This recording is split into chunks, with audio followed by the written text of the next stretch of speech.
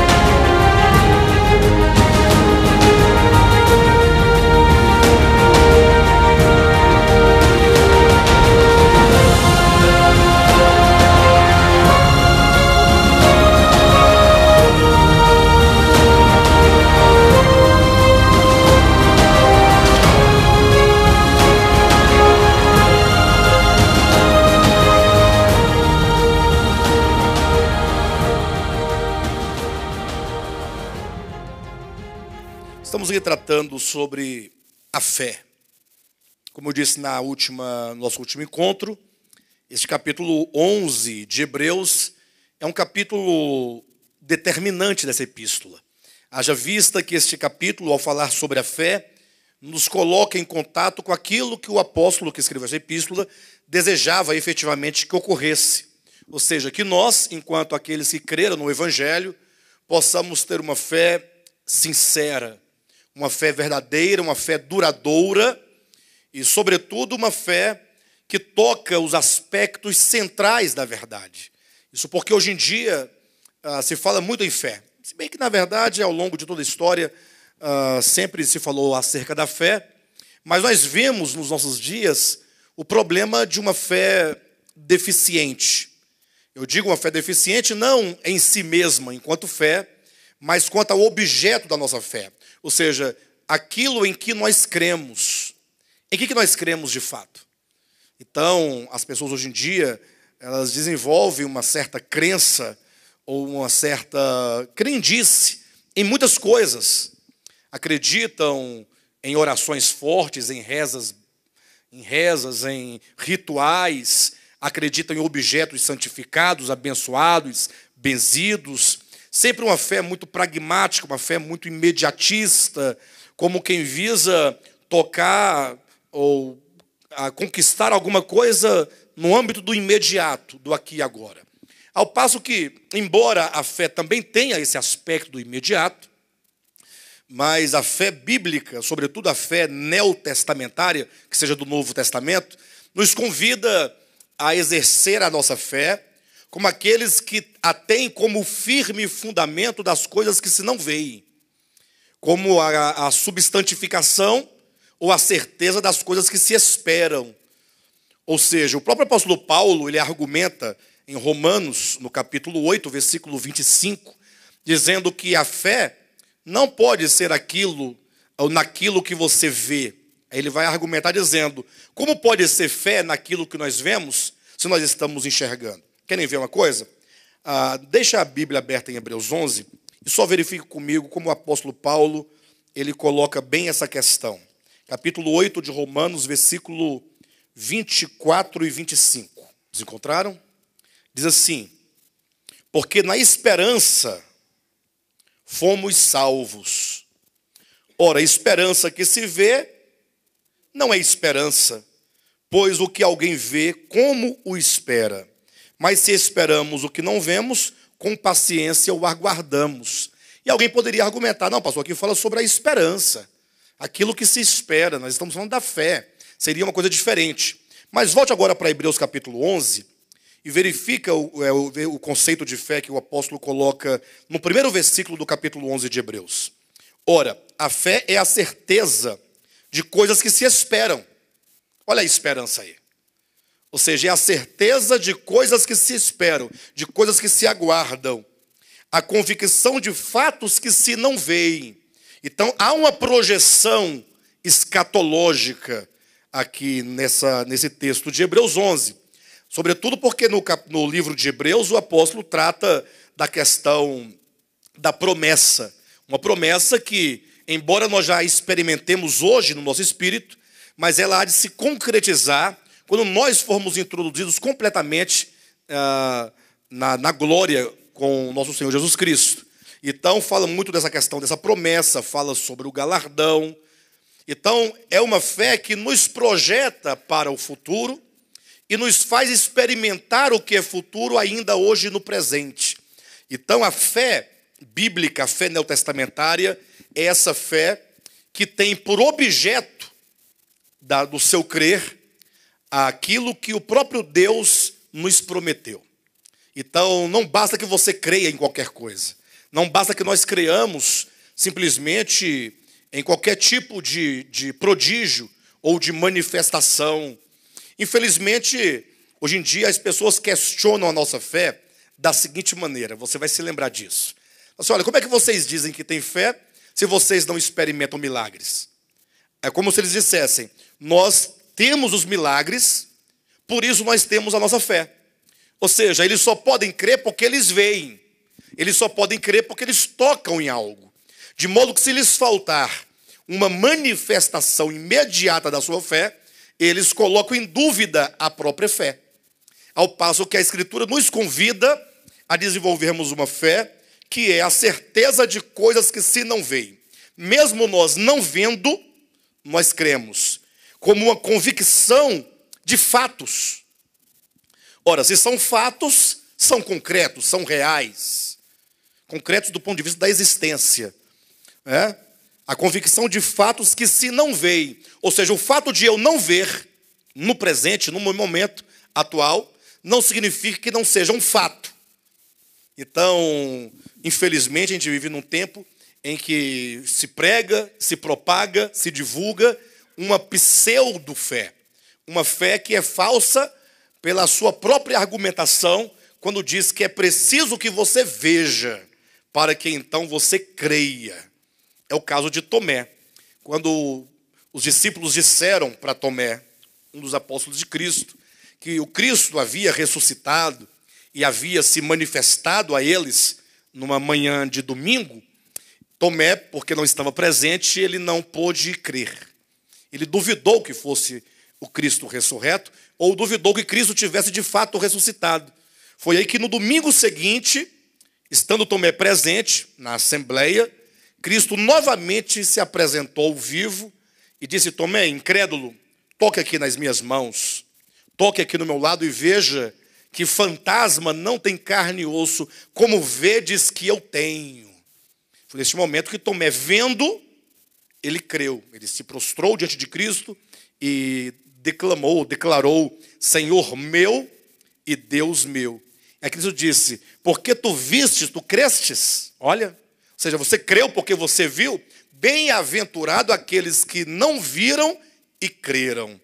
Então, o evangelho é um convite à fé. Mas não é uma fé simplesmente porque eu vejo algo e aí eu então declaro que porque eu vi, eu acredito. Mas fé é uma confiança. Fé enquanto certeza na palavra de Deus, porque aquele que disse não mente.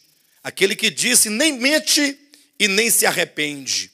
Então, o que nos move na vida cristã, o que nos move neste mundo, a despeito de nossos olhos não verem, nossos ouvidos não ouvirem, nossas mãos não apalparem, é a fé na verdade de Deus, é a fé no Evangelho de Jesus Cristo, mesmo que nós não vejamos, mesmo que essas coisas ainda não estejam presentes imediatamente diante de nós. Então, quando o apóstolo fala sobre essa fé, ele passa a apresentar alguns objetos da nossa fé. Ou seja, quando você fala no seu coração, eu creio em Deus, eu creio no Evangelho. A pergunta, isso é de maneira geral. Eu creio em Deus, eu creio no Evangelho, eu creio em Jesus Cristo. Mas isso é uma maneira de declarar uma fé geral. A nossa fé precisa ser específica.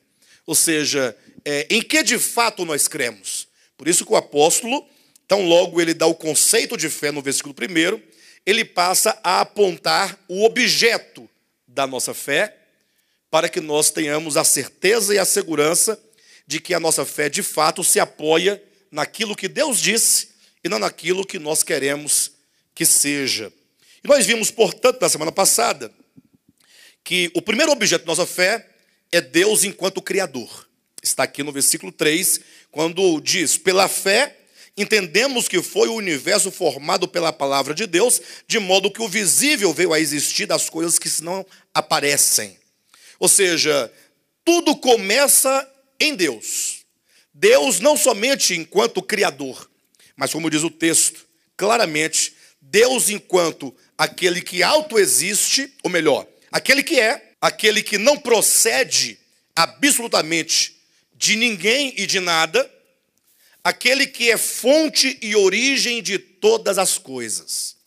Se você ler a Bíblia atentamente, começando em Gênesis capítulo 1, e você então for progredindo na leitura, passando por Gênesis, Êxodo, Levítico, Números, Deuteronômio, Josué, até chegar nos Evangelhos, você vai ficar deslumbrado com a quantidade de nomes de Deus, conforme Deus se manifestou e se apresentou em muitos momentos da história do Antigo Testamento.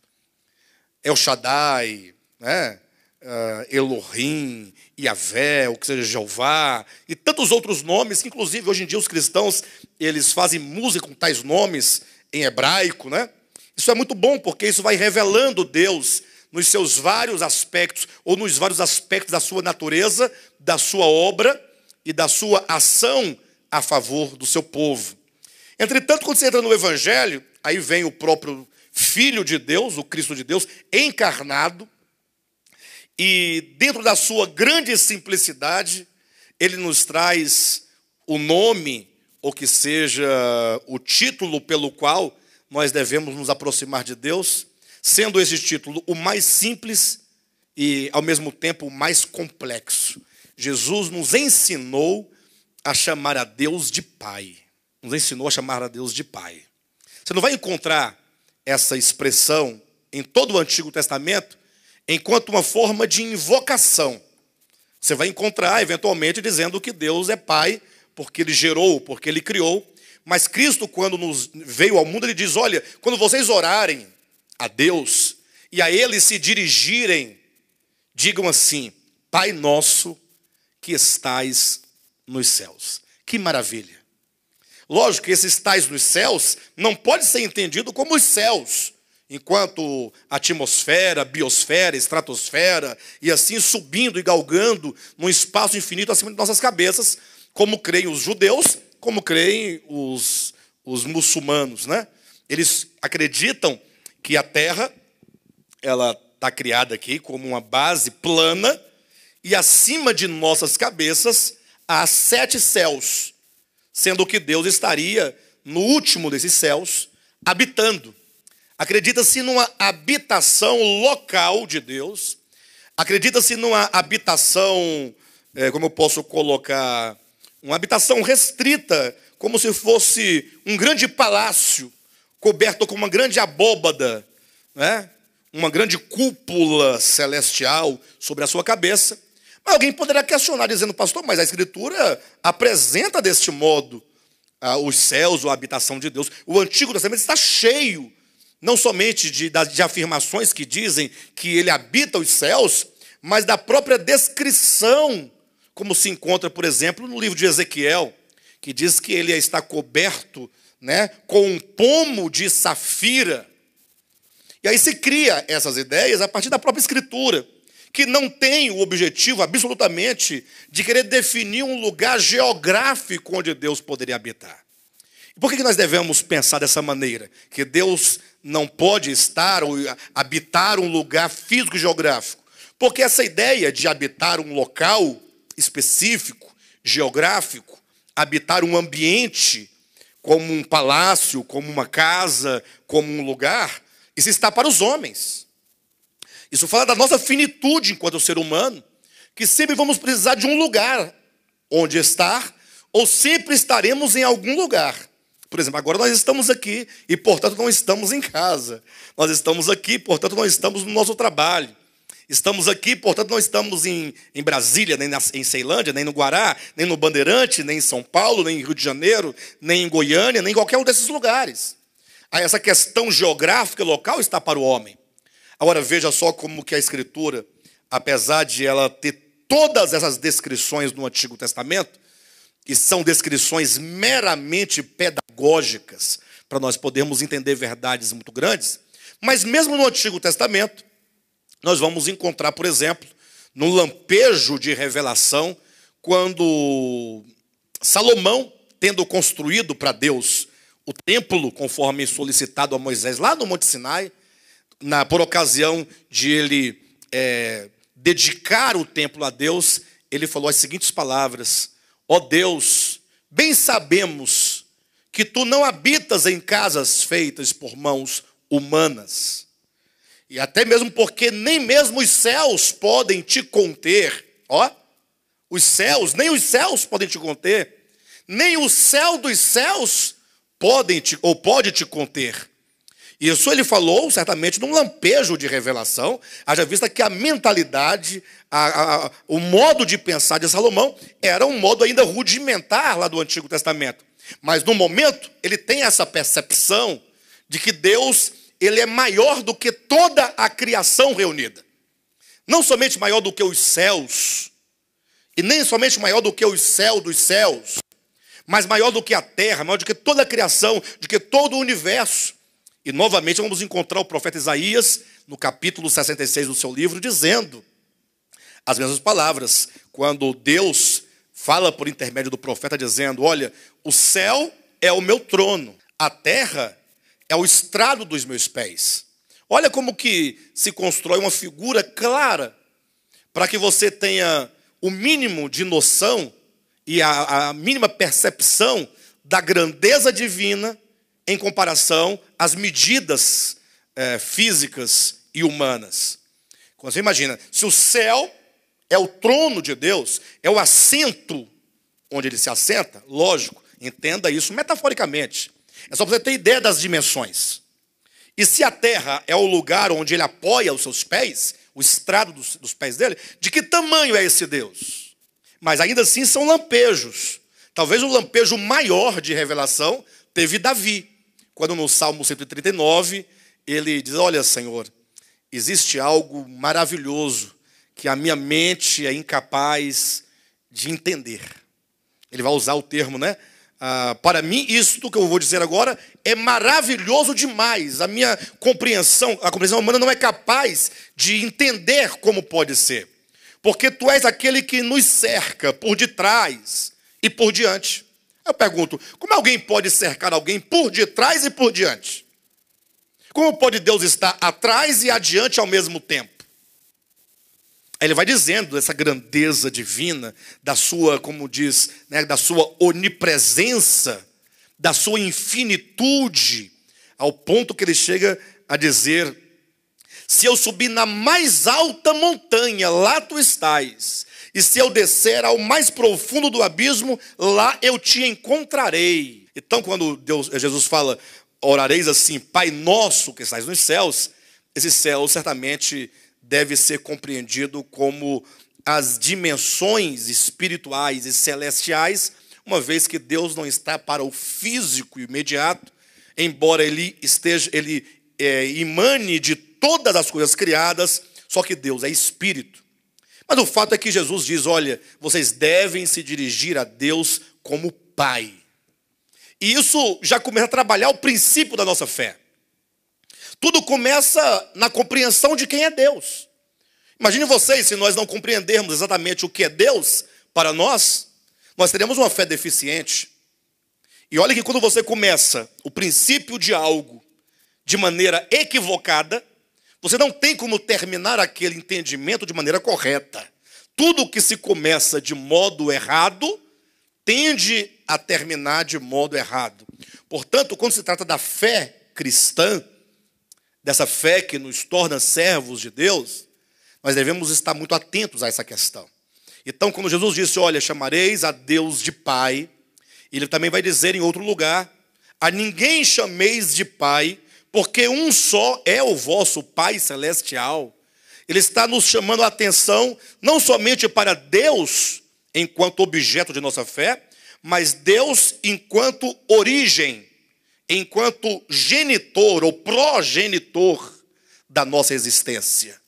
Por isso nós falamos abundantemente na nossa última mensagem aos Hebreus, demonstrando lá em João capítulo 1, como que João ele teve tal percepção de que a criação, diferentemente de como disse o Santo Agostinho, ela não veio do nada, nada de ex nihilo. A criação, ela procede de Deus, ela emana de Deus, porque o que traz à existência tudo o que existe é a própria vida. É a vida que gera, é a vida que traz a existência, que faz existir os fenômenos. O que são os fenômenos? Ora, são todas as coisas que existem. E o fenômeno é caracterizado por ele surgir num dado momento de existência e então vir a desaparecer. Somente Deus é, sempre foi e sempre será. Deus não pode, não houve nunca nenhum momento, nem do tempo, nem da história, nem da eternidade, em que Deus não houvesse. Deus é o único que é. E sendo Ele a própria vida, Ele gera. Dele emana a vida geradora, criadora, sustentadora de todas as coisas. E isso ganha uma grande relevância no nosso entendimento acerca do Evangelho, porque nós vamos observar, sobretudo no Evangelho de João, eu digo para vocês, leiam o Evangelho de João, leia uma vez, leia 2 vezes, leia 3 vezes todo o Evangelho de João, leia 4 vezes, 5 vezes, 10 vezes, leia quantas vezes for preciso, ali meditando em cada uma das palavras do apóstolo João, que ele próprio se identifica como discípulo do amor, e nós o identificamos como o apóstolo da palavra orgânica. Porque João traz o entendimento da verdade totalmente fora de qualquer convenção humana, de qualquer símbolo humano, de qualquer artefato humano. Ele traz as coisas como elas são, de fato e de verdade. Isso é muito importante para que nós tenhamos uma fé sólida naquilo que é, não naquilo que parece ser. Eu digo naquilo que parece ser porque, infelizmente, as pessoas, mesmo aquelas que dizem crer muito no Evangelho, ainda estão crendo em coisas. Creem, por exemplo, no céu onde vão morar, ou creem no inferno do qual são livres, ou creem numa cura imediata, ou creem em alguma coisa nesse sentido, ao passo que a verdade é o próprio Deus. Deus é a própria verdade. O apóstolo Paulo vai discursar sobre isso no capítulo 1 de Romanos, a partir do versículo 18, dizendo que a verdade que os homens detêm,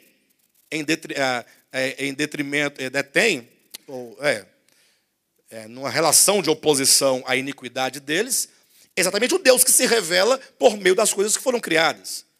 Então o Evangelho vai nos trazer a seguinte ideia em relação a Deus. Deus, fonte, origem de todas as coisas. E os homens, todos seus filhos. Todos procedem do Pai, do único Pai. Agora, é certo e é um fato que esses homens, sendo filhos, eles desertaram da casa do Pai. É o que lá em Gênesis fala, que eles perderam o Éden, tornaram-se peregrinos. Como Paulo diz em Efésios capítulo 2, versículo 20, peregrinos e estrangeiros. Talvez se usasse uma linguagem dos dias atuais, falaria os refugiados do Éden, da casa do Pai. Né? Ou, como também nós vemos da parábola do filho pródigo, como que aquele filho, ele próprio se deserdou da casa do pai, deixou a casa do pai, e embora continuasse filho organicamente no seu ser, ontologicamente, viveu uma história de um peregrino. Ele estava peregrinando numa terra distante, E viveu como escravo, não viveu como filho. Viveu como alguém, né, que estava privado de todos os privilégios, de todos os direitos da casa do Pai. Então o Evangelho ele começa exatamente no princípio de todas as coisas. E a fé nos chama a esse princípio. Então, nesse sentido, Hebreus capítulo 11 fala sobre a fé, assim como João capítulo 1, ambos os capítulos, eles começam da origem de todas as coisas. João começa, no princípio era o verbo estava com Deus, e o verbo era Deus. Todas as coisas foram feitas por intermédio dele, e sem ele, nada do que foi feito se fez, e a vida que vivifica toda a criação estava nele. É assim que começa João o seu evangelho. E o capítulo 11 de Hebreus, quando fala então sobre a fé, diz: olhai e atentai para Deus enquanto fonte criadora de todas as coisas. De modo que aqueles que creem verdadeiramente, eles creem que as coisas visíveis, e aí você deve imaginar, tudo o que é visível, veio a existir das coisas que não existem. Este é o ponto de partida. Perfeito? E aí segue-se então, a partir do versículo 4, eu até havia dito que eu iria pular o versículo 2, mas que o retomaria nessa segunda sessão, quando diz: pois pela fé os antigos obtiveram bom testemunho. E essa é uma questão fundamental. Aqueles que creem obteram um bom testemunho. Ou seja, o que as pessoas falam acerca da sua fé? Qual testemunho a sua fé produz diante daqueles que te conhecem, que te veem? E aqui então nós teremos uma relação enorme de tantos homens e mulheres no Antigo Testamento que tiveram um viver de fé, e por viverem pela fé, as suas vidas e as suas experiências de fé foram tão notórias que o escritor aos Hebreus montou aqui uma galeria de atos heróicos da fé. Capítulo 11, a partir do versículo 4, começa a nos mostrar uma galeria, não somente de heróis da fé, mas uma galeria dos atos heróicos desses homens que exercitaram a sua fé. Lógico, é importante nós chamarmos a atenção de vocês, porque uma vez que o escritor aos Hebreus, preste bem atenção nisso, ele escreve aos Hebreus, não é a carta aos Hebreus, e portanto ele escreve aos israelitas, mesmo sendo israelitas ou hebreus que creram no Evangelho. Entretanto, todo o pano de fundo dessa epístola é a história dos hebreus. Então, nada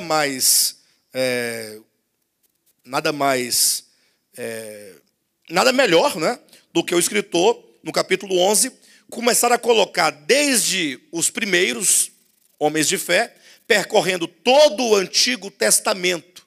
Então, essa galeria de heróis da fé são homens e mulheres do Antigo Testamento, a começar em Abel e passando por toda a história do povo hebreu.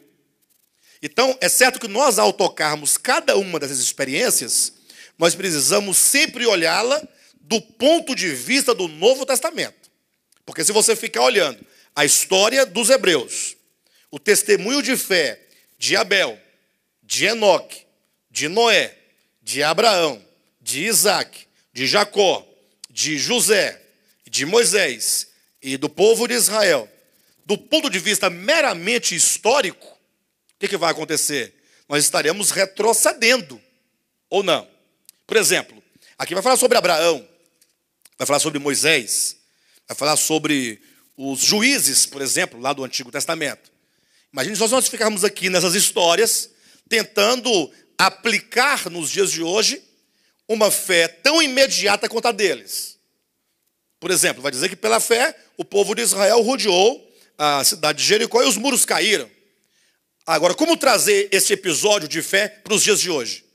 Dizendo, olha, você deve definir o que você quer conquistar. Não, eu quero conquistar um emprego. Aonde? Lá no ministério. Qual ministério? Da educação. Isso aí. Então você vai lá e você dá 7 voltas em torno do Ministério da Educação, aí todos os muros que te impedem, todos os obstáculos que te impedem de tomar posse daquilo que Deus te deu, irão cair. Essa não é a maneira adequada de se ler no Novo Testamento as experiências do Antigo Testamento.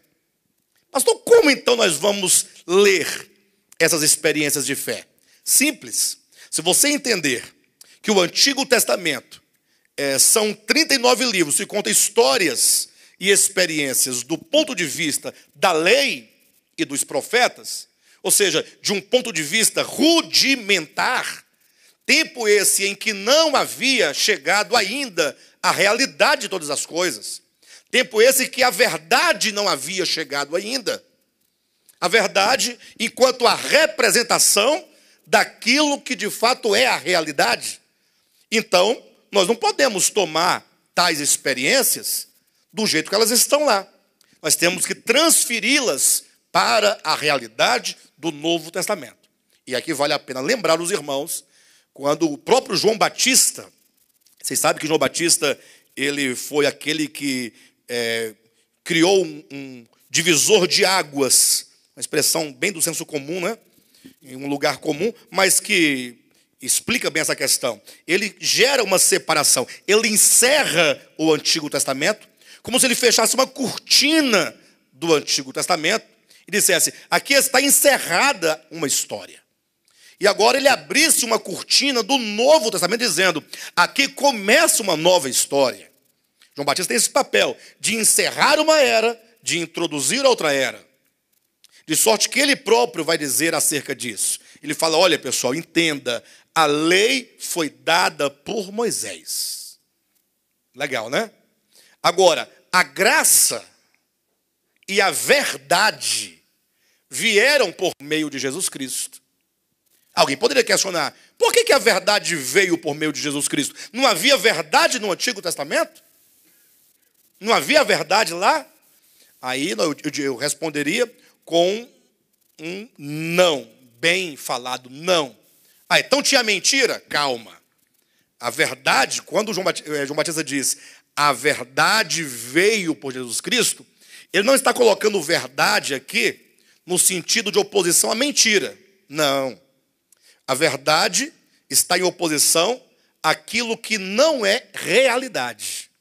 Ou seja, tudo aquilo que foi dito por Moisés e pelos profetas no Antigo Testamento, embora tivesse por objetivo falar acerca da verdade, mas o modo como foi dito, a forma como foi colocada, era como sombras e como figuras de uma realidade a ser manifestada no futuro. Hebreus 10 diz claramente, visto que a lei não tem a substância real das coisas, mas que são simplesmente sombras de bens vindouros. Pronto, está claro, Hebreus capítulo 10, versículo 1. Então o Antigo Testamento, ele traz a verdade, mas nas formas rudimentares e simbólicas e arquetípicas de uma realidade que haveria de se manifestar na pessoa de Jesus Cristo.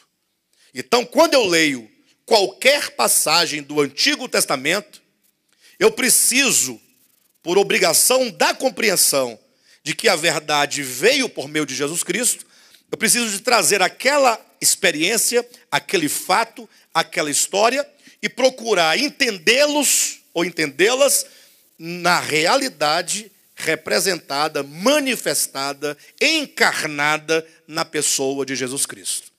Eu costumo dizer o seguinte, que Deus é a realidade e Deus é a única realidade. Nada mais é além de Deus. Só Ele é. Agora, o que seria então a verdade? A verdade é Deus. Deus é verdade, certamente. Mas quando Cristo disse, olha, eu sou a verdade. Eu sou o caminho, eu sou a verdade, eu sou a vida. Ou como também diz lá, né, João Batista, voltando para o texto de João capítulo 1, versículo 17. A verdade veio por meio de Cristo. O que significa essa verdade?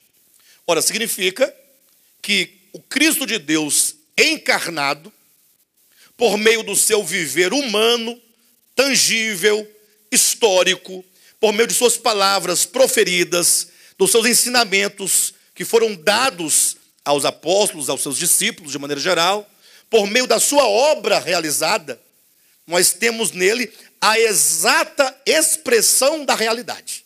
Deus é a realidade. Quando essa realidade ela é manifestada corporalmente na pessoa do Cristo de Deus, você tem a verdade.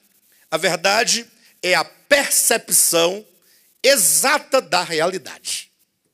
Por exemplo, se eu falo assim, olha, vamos pensar em Moisés, né? Moisés fala assim acerca de Deus. Olha, Deus, eu vi Deus pelas costas. Mas ele vai declarar isso num dado momento. E Deus me apareceu e mandou eu construir esse tabernáculo. Vejam para vocês mesmo a planta do tabernáculo que Deus me deu. Moisés não está falando a mentira, está falando a verdade. Agora, a grande questão é, será que esse templo, essa planta que Moisés recebeu, vejam bem, ela é a exata expressão da realidade? Essa é a grande questão. Eu sei que um bom estudioso da Escritura vai falar, pastor, mas tanto em Êxodo quanto em Hebreus está dito claramente, Moisés, veja o modelo no céu e faça um semelhante na terra. Faça conforme o modelo que te foi mostrado. Com isso querem as pessoas dizer, ou pensam que esse texto de Hebreus quer dar a entender, que o tabernáculo da terra que Moisés fez é a exata reprodução do santuário do céu. Eu falo, irmãos, pelo amor de Deus, né? Não dá. Será que lá no céu tem um tabernáculo feito cuja cobertura é de pele de carneiro? Vamos pensar. No céu. Lá no céu, uma abóboda grande, um trono, Deus sentado, os anjos voando, e lá no meio, uma tenda feita de pele de carneiro, costurada uma na outra, e misturada com outros tipos de peles, como de animal marinho, tinta de vermelho, não podia ser tinta de azul, as manchas vermelhas na pele, lá no céu. Gente, não dá. E a grande complicação desse pensamento é que no exato momento quando Salomão constrói o templo. Você sabe a diferença do tabernáculo de Moisés para o templo de Salomão? É simples, o tabernáculo de Moisés, como o próprio nome já diz, tabernáculo e, portanto, tenda, era algo que podia ser removido e movido para outros lugares. Era como uma grande tenda, então era como se fosse uma tenda pré-moldada. E aí eles faziam todos os encaixes, tiravam, levavam de um lugar para o outro. Isso porque eles passariam 40 anos no deserto, peregrinando. Então eles tinham que tirar o tabernáculo de onde estava e levá-lo para onde eles iriam. Quando eles se estabeleceram na boa terra de Canaã, agora não precisava mais de ter um tabernáculo móvel, porque eles já estavam estabelecidos na boa terra. Então agora Salomão constrói o templo, que é o tabernáculo, agora de uma forma mais desenvolvida, mais ampla, e agora fixa num lugar. Se você comparar o templo ao tabernáculo, eles possuem as mesmas propriedades espirituais e significativas, mas não o mesmo tamanho. Portanto, já daria para dizer, Salomão, ao construir esse templo, ele feriu o princípio da planta do templo, porque ele não cumpriu exatamente as mesmas dimensões, tampouco ele o cobriu com uma tenda, porque era de alvenaria, todo de alvenaria. Então, logo se percebe que o que está aqui, tanto no tabernáculo quanto no templo, são os princípios significativos de uma realidade espiritual que não podia ser modificada. Então, quando nós lemos o Novo Testamento, nós temos que ter esse critério de compreender aquilo que se menciona do Antigo Testamento, agora numa nova perspectiva. Qual perspectiva? A perspectiva da verdade. A verdade que veio por meio de Cristo. Então, tudo aquilo que Cristo é, manifestado em carne, tudo que ele ensinou na sua peregrinação terrena, tudo que ele fez durante os dias do seu ministério em carne, tudo isso é a exata expressão da realidade. Então, ao entrarmos nesse campo das experiências desses homens de fé, das suas conquistas, das suas vitórias, nós teremos que transpor cada uma dessas ideias para o âmbito da verdade, para o âmbito daquilo que é na pessoa e no Evangelho de Cristo Jesus. Isso ficou claro para todo mundo? Amém? Glória a Deus. E então, o primeiro exemplo, depois de apresentar Deus como Criador, fonte e origem de todas as coisas, o primeiro exemplo de um homem de fé e do seu ato heróico de fé está no versículo 4. Vamos lá?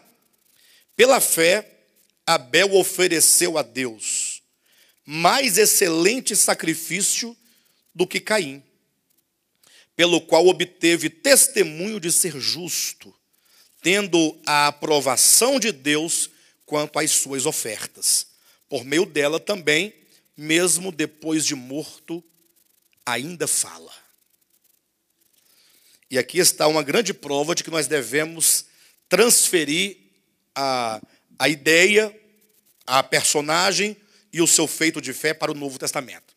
Porque imagine só, lá em Gênesis capítulo 4, nós vamos encontrar que Caim e Abel, ambos filhos de Adão e Eva, tão logo se deram por gente, diz que Caim se tornou lavrador da terra e Abel se tornou pastor de ovelhas. Ao cabo de um tempo, ambos levaram a Deus uma oferta. Imagina você que Caim levou do fruto da terra e Abel levou um cordeiro para Deus. E esse cordeiro, uma vez imolado e oferecido num altar a Deus, diz que Deus se agradou de Abel e da sua oferta, ao passo que de Caim e da sua oferta não se agradou. E aí começa uma série de conjecturas agora, em torno desse episódio, para nós. Por que Deus não aceitou a oferta de Caim? Por que Deus não se agradou de Caim? E se você for, por exemplo, pela lógica de Caim, Caim deveria ser aceito e Abel rejeitado. Porque o preço da oferta de Caim, humanamente falando, tem muito mais valor do que um cordeiro. Imagine só, Caim ele teve que arar a terra, ele teve que plantar, ele teve que cuidar, que aguar, e quando foi nascer ele tinha que ficar ali sempre cuidando, até esperando, aguardando o momento da colheita. Depois deveria colher aqueles frutos, e ao colher então, ele levaria, como levou, uma oferta daqueles frutos para Deus. Quanto trabalho, quanta disposição, quanto suor, não é? Quanta obra. Agora, Abel não. Abel ficava lá com um cajado na mão, olhando as ovelhas, que ele não tinha feito, sempre debaixo de uma árvore bem frondosa, por causa do calor. Aí ficava lá olhando as ovelhas, tal, as ovelhas crescendo, ele recolhia as ovelhas, né? Um trabalho relativamente mais fácil em relação ao trabalho de Caim. Daqui a pouco vai lá Abel, pega o cordeirinho, leva para o altar, está aqui, ó. E por que Deus rejeita o sacrifício de Caim? Ou rejeita o próprio Caim e aceita a pessoa e a obra, a oferta de Abel? Ora, pelo seu significado, que essa oferta ganha em toda a Escritura. A oferta de Caim é o símbolo da obra de redenção de Cristo Jesus. Desde então, ou desde Gênesis capítulo 3, quando é dito que Deus fez para o homem e a mulher vestes de pele de animais, porque assim que Adão e Eva se viram nus, diz que logo eles fizeram para si vestes de folhas de figueira. O que significa a produção humana e a tentativa humana de se auto-justificar diante de Deus. Essa justiça, esse tipo de justiça, desde Adão e Eva, os protótipos do homem, ou de toda a humanidade, passando por toda a Escritura, até o Apocalipse, esse tipo de veste, esse tipo de obra, esse tipo de intenção humana, de achar que pela sua própria mão, pela sua própria capacidade meramente humana, do seu ego, o homem pode se redimir. Logo alguém diz assim, pastor, mas infelizmente, se você está falando de obras, o homem não pode se redimir por isso. Como pôde Abel, então, ser aceito, se aquilo que ele oferece é aquilo que ele cuidou, ele também trabalhou. Não houve um trabalho, não houve um trabalho. Pastorear ovelhas também não tem um trabalho? Não tem um cuidado? E o próprio ato de ofertar também não é uma obra? Sim ou não? Ou não é uma obra? Você vai lá no seu rebanho, pega um dos cordeirinhos e leva para Deus. Eu ofereço a ti, ó Deus. É lógico que isso é movido pela fé. Está aqui em Hebreus. Mas não deixa de ser um ato, uma atitude, uma obra, um proceder. E aqui é importante que os irmãos saibam de algo. Não se assustem. Mas fé e obras, elas não são coisas antagônicas. Pelo contrário, são uma coisa só, num processo, dentro de um processo, da semente para o fruto. Agora é lógico, e Caim também não tinha as obras, é porque a Escritura sempre nos fala de dois tipos de obras. Não tem como você pensar numa fé sem obras, já nos disse Tiago na sua epístola. Não como complemento da fé. Não são obras que completam a fé. Não é porque a fé em si mesma ela é insuficiente, eu preciso de um complemento, de uma ajuda, como se a fé sozinha não fosse suficiente. Não. Tiago vai colocar, assim como o corpo sem espírito está morto, a fé sem obras é morta. E aí ele faz uma inversão jamais pensada por alguém. Porque eu, do meu ponto de vista, colocaria assim, por exemplo, assim como o corpo sem espírito está morto, a fé sem as obras está morta. Então eu colocaria as obras enquanto corpo e a fé como a essência das obras. Não é assim que nós pensamos? Eu faço obras e como a natureza das minhas obras tem que ter a fé para dar vida a essas obras. Mas ele faz exatamente o oposto. Presta atenção. Assim como o corpo não é o exterior, não é o palpável, o tangível, sem o espírito, não é o intangível, assim como o corpo, sem o espírito está morto, assim a fé. Olha, o corpo, fé. Sem as obras. Vamos entender o que eu disse ou não? Posso repetir. Porque essa inversão é uma questão muito forte, muito grande. Eu disse, na minha concepção, sem a inspiração do Espírito Santo, diria o seguinte, que eu tenho a fé, ou melhor, eu tenho as obras, sim ou não?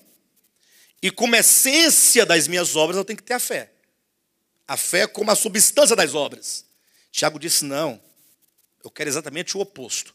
Assim como o corpo, pense no aspecto exterior, material. Sem o espírito, é o essencial, é a essência, está morto. Corpo sem espírito está morto. Assim a fé. Então ele colocou o corpo e a fé. Sem as obras está morta. Ele quer dizer que as obras é que são a substância da fé. Ou seja, eu tenho a fé. A fé é o corpo, é a minha confissão, é aquilo em que eu digo que eu creio. Mas se essa minha confissão não tiver uma semente no seu interior, que é o espírito dessa minha fé, que vai frutificar como obras, ele diz, a sua fé é morta. É uma fé que progride para as obras. Então são obras como resultado da fé. Não estou dizendo que a salvação do homem é por meio de obras. Estou dizendo que a salvação do homem é por meio da fé. Mas não é por meio de qualquer tipo de fé. É uma fé genuína, uma fé viva, uma fé orgânica, uma fé que tem semente, que tem vida, que tem embrião, que vai se desenvolver e se manifestar em obras. Por isso é que nós vamos encontrar em 1 Coríntios capítulo 3, eu não posso ir lá, porque o nosso tempo não permite, mas nós encontramos claramente, quando o apóstolo Paulo diz, olha, falando sobre as obras, né? Olha, se alguém estiver sobre o fundamento, que é Cristo, essa pessoa está salva. O fundamento é Cristo, ó. Está salva. Agora, quanto à edificação, Isto é, quanto às obras, 1 Coríntios capítulo 3, a partir do versículo 10. Quanto às obras, essas obras podem ser de duas naturezas. Olha, pode ser de madeira, feno e palha. E pode ser de ouro, de prata e de pedras preciosas. Pastor Alexandre, qual a diferença de obras de madeira, feno e palha para obras de ouro, prata e pedras preciosas? É porque estas aqui, ouro, prata e pedras preciosas, elas são imperecíveis. Elas não perecem. E quando passam pelo fogo, são ainda mais purificadas. Ou seja, fala de obras cuja natureza não é meramente humana, tem origem divina. Por isso são feitas em Deus. São obras do espírito humano, mesclado, evidentemente, ou vivificado pelo Espírito de Deus. São obras que procedem do Espírito, ao passo que madeira, feno e palha procedem do ego. Alguém fala, pastor? E eu já ouvi muito, mas muito mesmo esse argumento. Nós não temos que fazer nada. As obras que nós temos que fazer, o Espírito fará. O Espírito Santo fará. Quem já viu esse tipo de argumento? Ora, essas obras são do Espírito, ele vai fazer. Então eu tenho que ficar apenas aqui esperando que ele faça. Aí você fica observando essas pessoas que assim dizem, o quanto que elas são destituídas, vazias, empobrecidas, miseráveis. Uma vida totalmente desprovida de qualquer manifestação divina. Porque eles estão simplesmente num vazio existencial, numa fé totalmente manufaturada, uma fé industrializada, uma fé meramente humana que não é capaz de modificar nada na sua existência. Porque eles estão esperando que o Espírito Santo faça. Aí eu pergunto para vocês, olha, se o Espírito Santo tem que fazer, vocês não acham que ele está atrasado, não? Falam para mim. Pastor, mas quem tem que fazer somos nós? Se são obras de Deus, somos nós? Somos nós. Mas não é de Deus ou é nossa? É nossa? Ah, pastor, aí complicou. E a de madeira, feno e palha, de quem é? É nossa. Aí, qual a diferença de nossa para nossa, se tudo é nossa? Se tudo somos nós que fazemos? É porque você, meu irmão, olhe para mim e aprenda uma coisa. Você é ego. Você é espírito. Existe um elemento divino em você. Existe algo puro em você. Que não é você, é de Deus em você, no seu espírito humano. Existe uma fonte dentro de você. E existe o ego. Quando nós falamos que nenhum homem pode ser salvo por intermédio de obras, ou nenhum homem pode se auto-redimir-se, significa que o ego humano, em tudo que ele faz, sempre será egoísmo. Seja matar uma pessoa, como fez Caim, ou seja, oferecer o fruto e uma oferta e um sacrifício a Deus, como fez Caim. Caim matou seu irmão? Sim ou não? Bom ou ruim? Péssimo.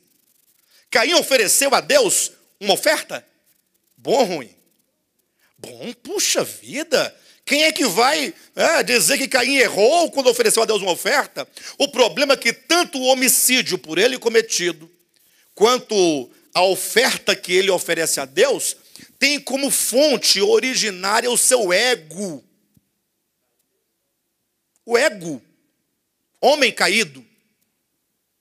Ao passo que nós somos orientados pelo próprio Jesus Cristo, em Mateus capítulo 25, que nós devemos ser luz do mundo, resplandecer como luz no mundo, a partir do azeite dentro da vasilha, a partir do óleo que tem dentro do nosso ser, do nosso espírito humano.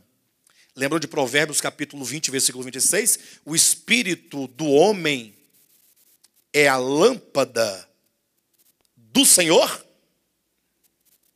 Peraí, está falando de luz ou de quê? É porque Jesus Cristo vai dizer em Mateus capítulo 5 que a lâmpada que deve resplandecer quando ele diz não se põe ou não se coloca uma lâmpada, uma lamparina, né, debaixo da mesa, mas sobre o velador, para iluminar. Ó. Aí ele diz, assim resplandeça a vossa luz diante dos homens, para que eles vejam as vossas boas obras. Ele relaciona lâmpada, luz com obras. Então, na parábola das 10 virgens, ele fala, olha, as 10 virgens eram 2 grupos. Havia 5 virgens loucas e 5 virgens prudentes. Qual que era a diferença dessas virgens? Vamos lá. Os 2 grupos, as 5 ditas loucas eram virgens e as 5 ditas prudentes eram virgens. Bem, 5 virgens, 5 virgens. Perfeito? As 5 ditas loucas, elas aguardavam pelo noivo? Sim ou não? E as 5 prudentes aguardavam pelo noivo? Então, ambas eram virgens, ambas aguardavam pelo noivo. Está todo mundo virgem, todo mundo aguardando. Aí é dito que as 5 loucas tomaram as suas lâmpadas e saíram ao encontro do noivo. E as prudentes também tomaram suas lâmpadas e saíram. Então, todas as 10 tinham lâmpadas. As 10 eram virgens, as 10 saíram, aguardavam pelo noivo, as 10 tinham lâmpadas.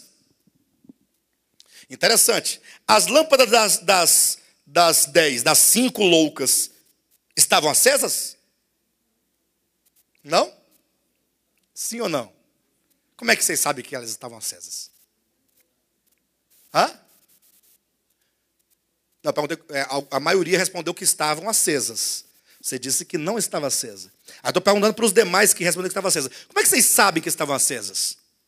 Ora, porque elas disseram, as nossas lâmpadas estão se apagando. Ora, se está se apagando, está acesa. Então, as 10, 5 e 5 eram virgens. As 10, 5 e 5 aguardavam pelo noivo. As 10, 5 mais 5 tinham lâmpadas. As lâmpadas das 10 estavam acesas. Aí eu pergunto, das 10, das 5 loucas, das 5 prudentes, quantas dormiram? Somente as 5 imprudentes? Ou todas dormiram? Todas dormiram. Até agora está tudo igual. Ó. Eu quero saber qual é a diferença. A diferença é que, dizendo o próprio Cristo que umas 5 eram imprudentes e 5 eram prudentes, ou 5 eram nécias, loucas, e 5 eram sábias, espertas, inteligentes, onde está a diferença? É que é dito que as 5 não tinham azeite nas vasilhas. Aí vai entrar aquele povo que diz que essas vasilhas eram vasilhas extras. Tinha lâmpada e tinha azeite na lâmpada, eles dizem. Todas tinham azeite na lâmpada. Eles dizem, não sou eu. E elas tinham uma vasilha de lado, como que para levar uma reserva de azeite caso precisasse. Bem, mas o texto não me diz isso em nenhum lugar. Mas não diz as vasilhas, pastor? Mas as vasilhas são as vasilhas das lâmpadas. Porque a lâmpada tinha 2 partes. A parte que chama lâmpada é a parte em que a luz brilha. Sim ou não? E a parte de baixo, onde o pavio está mergulhado, é o reservatório, é a vasilha. Então, a diferença é que as 5 loucas eram virgens, aguardavam pelo noivo, tinha as lâmpadas, logicamente com as vasilhas, dormiram, tanto quanto todas as demais também tinham tudo isso, eram tudo isso. O problema é que as 5 loucas não tinham azeite nas lâmpadas, nas vasilhas. E as 5 prudentes tinham azeite. E aí vem a grande pergunta, que é a chave desta parábola.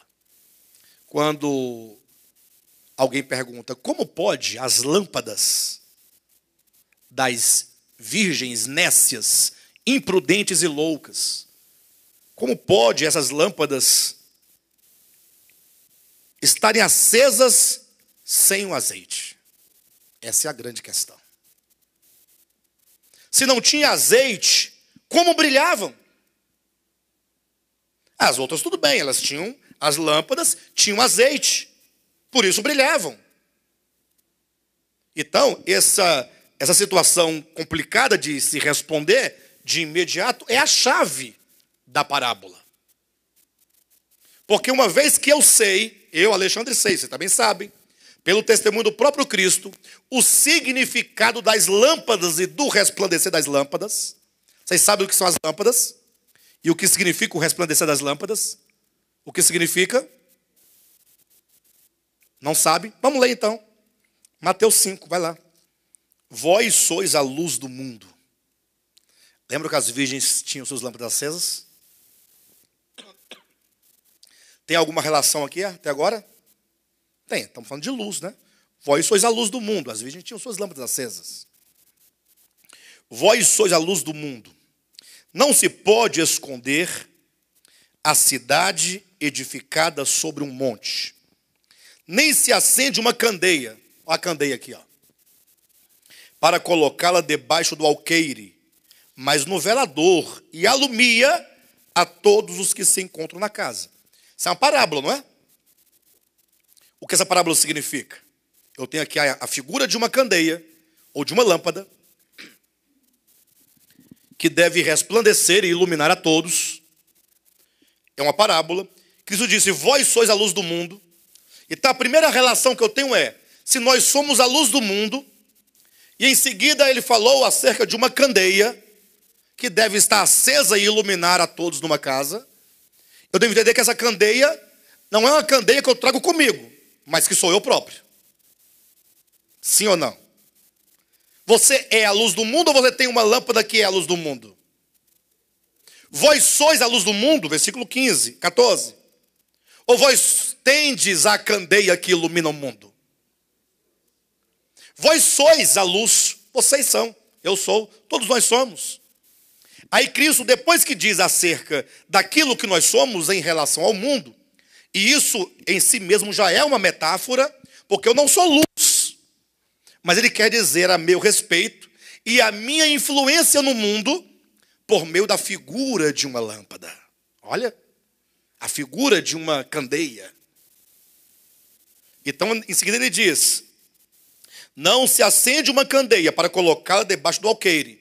Ou seja, se você é a luz do mundo e, portanto, você é uma candeia para o mundo, você não pode ser um crente omisso, um crente escondido debaixo de uma mesa. Mas, pastor, eu não me esconde debaixo de mesa, eu estou aí na rua andando.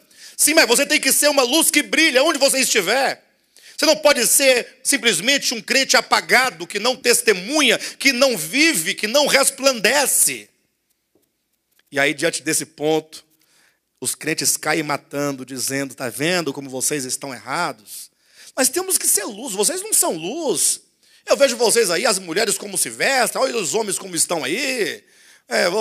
Eu vi o João Batista saindo do culto um dia com uma latinha de cerveja na mão. Saindo do culto, não foi bem assim, né, João Batista? Não foi bem assim, né? Foi na saída do culto, essa latinha apareceu, não sei de onde, caiu de algum lugar, você pegou. Está vendo aí, vocês não podem ser luz do mundo. Sabe como é que eles querem ser luz do mundo, os crentes?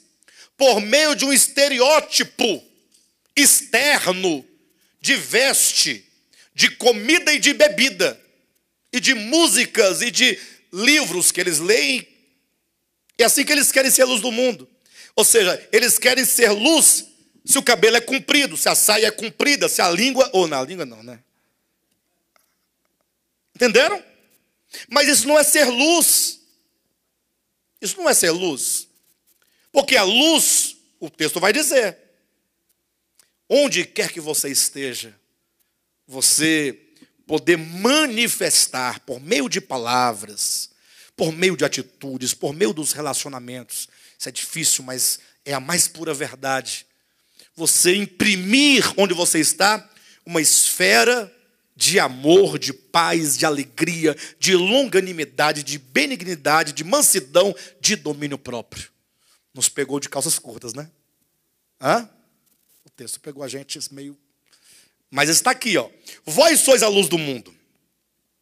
E não se acende uma candeia para colocá-la debaixo do alqueire, mas no velador, e alumia a todos que se encontram na casa. Então nós, enquanto luz do mundo, isso já é simbólico, quer dizer da nossa influência no meio das trevas. Somos também agora comparados a uma candeia. Você é a candeia. Você é a candeia.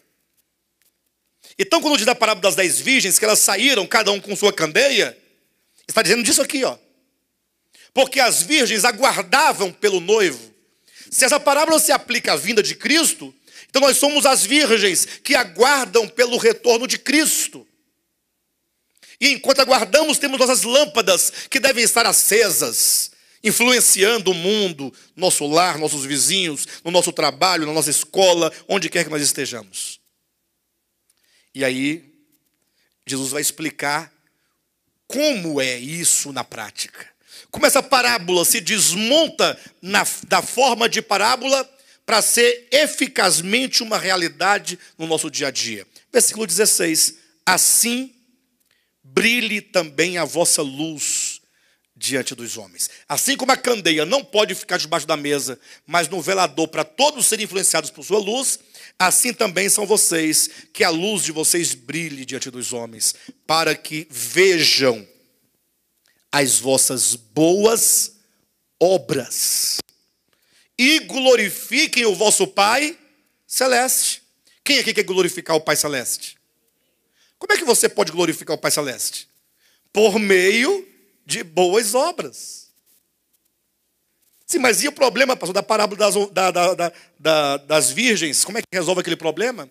Bem, se eu sei que as virgens somos nós, se eu sei que a candeia somos nós, se eu sei que o resplandecer são nossas obras, aí eu vou tomar agora o texto de 1 Coríntios capítulo 3 para explicar uma parte da parábola. Se existem obras de madeira, feno e palha, e existem obras de ouro, prata e pedras preciosas, eu digo que se as 10 virgens, 2 grupos, 5 loucos e 5 prudentes, se todas elas tinham obras, ou melhor, se todas elas tinham luz, porque a lâmpada resplandecia, todas tinham obras. Agora eu sei que se elas são loucas, suas obras eram madeira, feno e palha. E se as outras eram prudentes, suas obras eram ouro, prata e pedras preciosas. Tudo são obras, mas são obras que procedem de lugares diferentes. Como assim?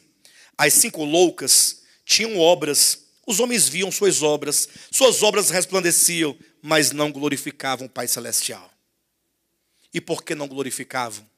Porque eram alimentadas não pelo azeite do Espírito, mas pelos aplausos dos homens. É isso que fazia suas lâmpadas brilharem, ou suas obras resplandecerem diante dos homens. Leia o Evangelho de Mateus, capítulo 5, 6 e 7. Sobretudo o capítulo 6, quando Jesus fala assim, olha, quando vocês forem orar, pastor, mas aí está mudando, é oração, não são obras. Bem, eu vou mostrar para vocês. Mateus capítulo 6. Eu vou mostrar para vocês. Capítulo 6, versículo 1. Guardai-vos de exercer a vossa justiça diante dos homens, com o fim de serdes vistos por eles. De outra sorte não tereis galardão junto ao vosso Pai Celeste. Olha aqui. Guardai-vos de exercer a vossa justiça diante dos homens, a fim de serdes vistos por eles. De outra sorte não tereis galardão junto ao vosso Pai Celestial. Exercer a justiça é a prática das obras, porque a prática das obras é o cumprimento da justiça. Pastor, de onde se tira essas ideias que o cumprimento da justiça são as obras? Apocalipse capítulo 19, a partir do versículo 6, quando se declara que chegou o reino de Cristo e vai começar as bodas do Cordeiro, é dito que a noiva a si mesma já havia se ataviado de linho branco finíssimo, puro e resplandecente. E o versículo 8 de 19 de Apocalipse fala, porque o linho finíssimo são os atos. Atos são obras? Atos de justiça dos santos. As obras estão vinculadas intimamente ao exercício da justiça. Então diz, quando vocês forem praticar a vossa justiça, Quando vocês forem praticar vossas obras, cuidado para não fazerem diante dos homens com o fim de serem vistos por eles. Isso porque, aí vem o versículo 2, como se deve dar esmolas. Versículo 5 em diante, como se deve orar. Versículo 16, como se deve jejuar. Ele vai dizendo que os fariseus e os escribas, ele fala, quando vocês forem orar, vocês não fazem isso como fazem os fariseus e escribas. Espera aí, os fariseus e escribas oram? Oram. E vocês quando orarem, devem orar assim como eles oram, não do modo como eles oram. Os fariseus e escribas oram. Nós devemos orar? Devemos orar. Eles oram, nós oramos. Tudo é oração. Tudo é a prática da justiça. Tudo está vinculado às obras. Agora, como é que os fariseus e escribas oram? Oram com o fim de serem vistos pelos homens. Oram em pé nas praças para que os homens vejam, aplaudam, para que os homens elogiem. E esses aplausos e esses elogios não davam a glória ao Pai Celestial, mas a eles próprios. Ou seja, se a intenção era de ser vistos, eram obras que brotavam do ego. E, portanto, não glorificam a Deus. E, portanto, não procedem do azeite. Ainda que brilhe, porque são obras, porque é luz, porque os homens veem. Mas não tem como origem o azeite que é o Espírito. Assim ele vai falar sobre a oração, sobre o jejum, sobre as esmolas. Ao passo que as virgens prudentes, elas também praticam a justiça. Também são obras, também é luz. Só que como elas tinham azeite dentro da vasilha, então a origem era o Espírito. Provérbios 20, 26, o Espírito do homem é a lâmpada do Senhor. Então o pavio externo que fazia resplandecer, isto é, as obras, ela estava mergulhado no Espírito do homem, lá dentro, absorvidos, o absorvido do azeite, que era o combustível que fazia resplandecer as suas obras. Portanto, são dois tipos de obras. O mesmo coração de Caim, que ofereceu o sacrifício a Deus, foi o mesmo coração que matou ou que intentou matar o seu irmão. Ego. Tudo que procede do nosso ego. Tudo aquilo que nós fazemos com um fim de nos reservar, de nos proteger, de não sermos tocados, de não sermos mal falados, de sermos preservados, de sermos elogiados, de sermos aplaudidos, de sermos... é o ego. Por isso o testemunho de Abel, aqui, quando oferece a Deus o sacrifício, e o sacrifício dele é aceito, porque Caim ofereceu a Deus, Abel ofereceu a Deus, ambos ofereceram uma oferta. A de Abel é aceita, porque é uma oferta que é gerada pela fé na verdade. Qual verdade? A verdade que o seu sacrifício representa. Desde o início, Adão e Eva, quando se cobriram de folhas de figueira, que representa as obras humanas provenientes do ego, de uma lâmpada sem azeite, madeira, feno e palha, folha de figueira, Deus disse, não quero essas vestes. Eu quero que vocês vistam essas outras vestes. Aí diz, Deus fez vestes de peles e os cobriu. Então, para que Deus fizesse vestes de pele, deveria ter o sacrifício de um animal. Daí começa uma série de tipos do verdadeiro sacrifício. Então, lá no Éden foi o primeiro sacrifício, depois Abel foi o segundo sacrifício, depois dele uma série de outros sacrifícios ao longo de toda a história, até que então, quando vem Jesus, o Cristo de Deus encarnado, João Batista declara, eis aí o Cordeiro de Deus que tira o pecado do mundo. Não é mais um cordeiro, porque foi morto um cordeiro no Éden, depois outro cordeiro, depois outro, até que chegou o cordeiro. Nele todos os anteriores se encerram, e ele se torna, portanto, o Cordeiro imolado por nós, como Paulo vai dizer em 1 Coríntios capítulo 5, versículo 7. Cristo é o nosso Cordeiro pascal, que foi por nós imolado.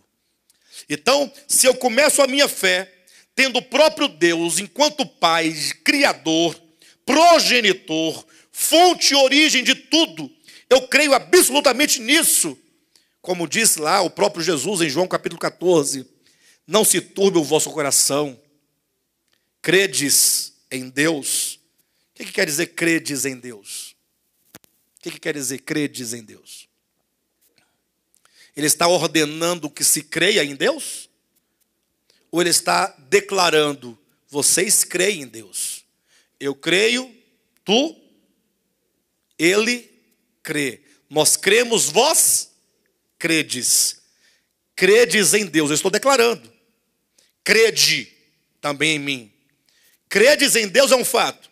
Crede em mim é um imperativo, é uma ordem. Ou seja, se vocês creem em Deus, devem também crer em mim. Então, tudo começa, credes em Deus, está aqui. Pela fé entendemos que foi o universo formado pela palavra de Deus, de maneira que o visível veio a existir das coisas que não aparecem. A minha fé começa na fonte, na origem de tudo.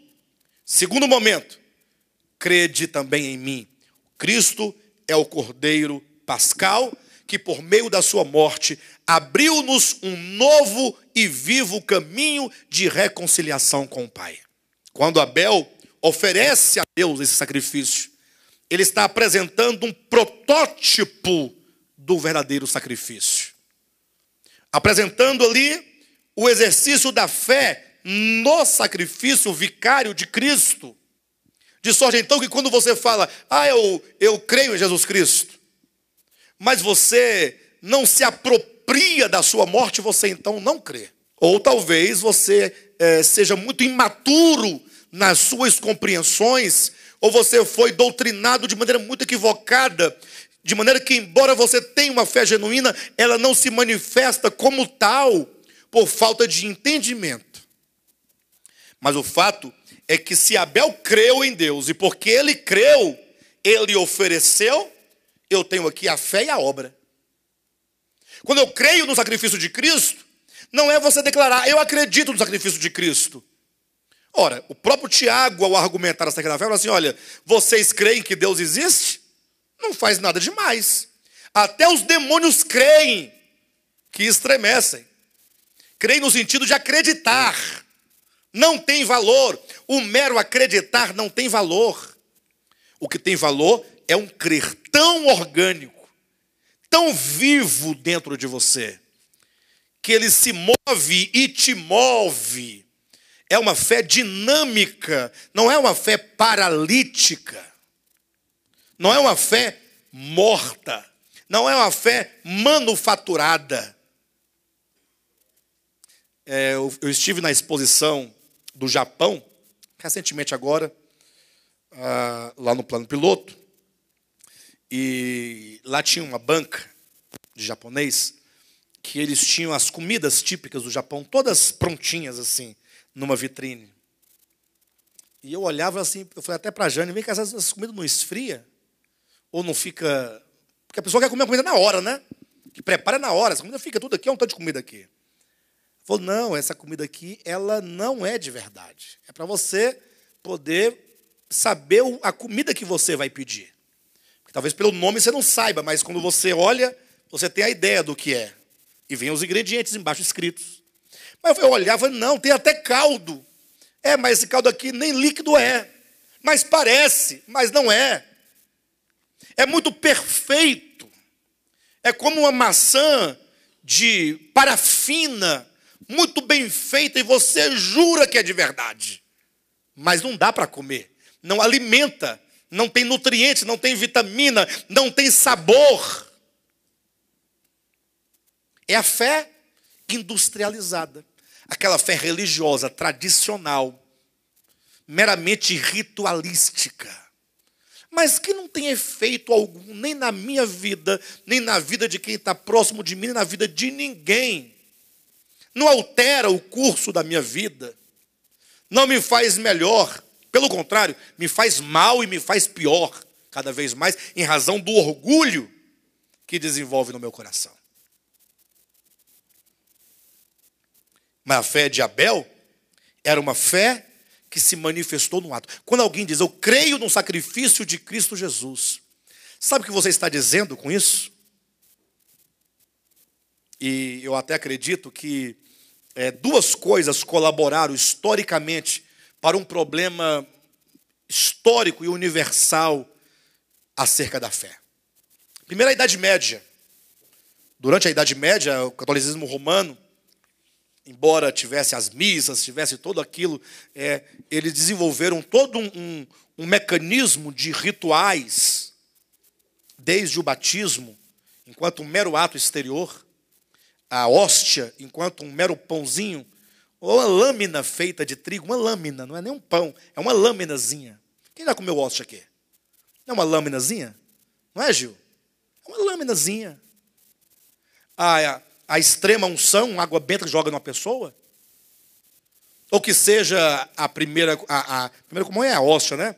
A crisma, ou seja, um tanto de coisas, 7 sacramentos, o casamento. Só vai lá diante do padre, homem, mulher, aí o padre vai dizer, eu vos declaro casados, a bênção de Deus baixou ali. Aonde que baixou? O que aconteceu? Não dá nada. O casamento só vai funcionar se marido e mulher se amarem, se respeitarem, forem fiéis e cultivarem essas boas atitudes e sentimentos. Do contrário, morre na próxima esquina. Não tem jeito. Aí a bênção do padre foi para onde? Não tem bênção. Ilusão. Ilusão, pura ilusão. Do contrário, se tem uma bênção sobrenatural em todo casal em que o padre abençoa, nenhum deles se divorciaria. Porque tem uma bênção sobrenatural. Vocês conhecem algum católico divorciado? E cadê a bênção sobrenatural? Pastor, você é incrédulo.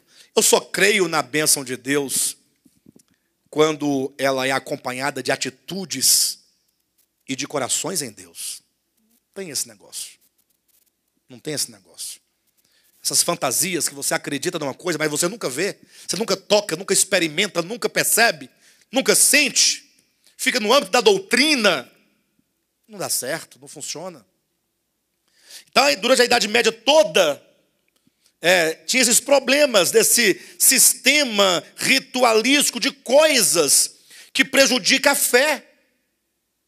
Veio a Reforma Protestante, foi um movimento, de certo modo, muito positivo, mas logo esse movimento, com o tempo, deu lugar ao movimento evangelicalista, né? Surgiram os grandes missionários, e aí surgiram as grandes pregações no mundo inteiro, dos evangelistas, dos missionários, e junto com isso surge o apelo. E aí tudo fica muito superficial. Porque é o seguinte, Cristo morreu por você há 2000 anos. Se você crê, levanta a sua mão.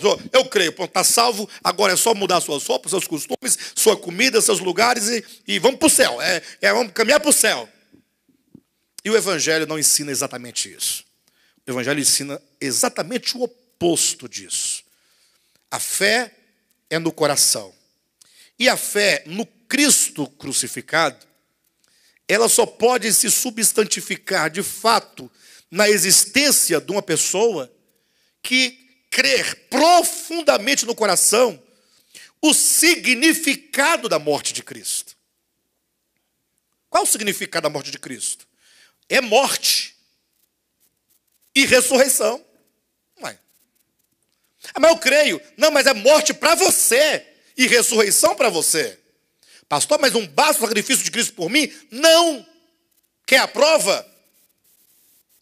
E alguns perguntam, pastor, se você gosta de tantas coisas orgânicas, por que você ainda realiza o batismo em água? Ora, porque Cristo ordenou. E por que Cristo ordenou uma coisa dessa? É exatamente para deixar materializado e manifestado aquilo que deve ser uma experiência no coração. O sinal que inicia alguém no evangelho, vocês devem pregar o evangelho a toda criatura. E as pessoas que crerem devem ser o quê? Batizadas. O que é o batismo? Não o ato, a cerimônia. A cerimônia apenas aponta para uma verdade. Significa que essa pessoa que crer, ela crê no sentido de falar, a morte de Cristo, ela é tão verdadeira e tão significativa, enquanto ato redentor, que eu vou morrer com ele, eu me uno a ele à sua morte. Não existe salvação sem morte. Sem derramamento de sangue, não há remissão de pecados. Hebreus capítulo 9, versículo 27. Não, mas o de Cristo não basta? Bem, vai perguntar para ele que disse que você, ao crer, deveria ser batizado. Deveria ser unido a ele na sua morte. E ser unido a ele à semelhança da sua ressurreição. Ou seja, o evangelho não é um tanto de gente levantando a bandeira de alguém, mas se unindo a ele no seu mesmo procedimento de morte, porque aí o Adão velho, a velha natureza é sepultada, é morta, é destruída, é acabada. E um novo homem ressurge em Deus. Isso é o evangelho. Então Abel é o primeiro. Ele abre essa galeria de homens e heróis de fé, com seus atos heróicos de fé, dizendo que ele, Abel, não somente creu na morte do cordeiro, quando ele entrega o cordeiro a Deus e imola, mas ele próprio se torna um mártir, como quem se une à morte daquele cordeiro que também morreu. Olha como as coisas se encaixam perfeitamente. É uma fé viva. A fé de Abel o levou a experimentar a morte do cordeiro. Ele representa ali a morte de Cristo pelo cordeiro, mas ele próprio experimenta a morte quando ele se torna o primeiro mártir de toda a história humana. E por que ele morreu? Por qual motivo? Simples. Ele morreu em razão da sua fé. Essa é a fé genuína. Amém, queridos? Os irmãos podem dizer glória a Deus por isso? Amém? Eu só vou encerrar aqui um pedacinho, para não ficar assim, né? Então está aqui, ó. Pela fé Abel ofereceu a Deus mais excelente sacrifício que Caim, pelo qual obteve testemunho de ser justo, tendo a aprovação de Deus quanto às suas ofertas. Por meio dela também, mesmo depois de morto, ainda fala. Lembra que eu disse no início dessa palavra, que ao tomar o exemplo do Antigo Testamento, aqui posto, nós devemos fazer uma transferência para a realidade? Porque lá é rudimento e no Novo Testamento é a verdade. E aqui está uma grande prova disso. Por quê? Porque quando você olha, por meio dela, da oferta, também mesmo depois de morto ainda fala. Moisés registrou a história de Abel. Vocês acreditam nisso? Gênesis 4. Sim ou não?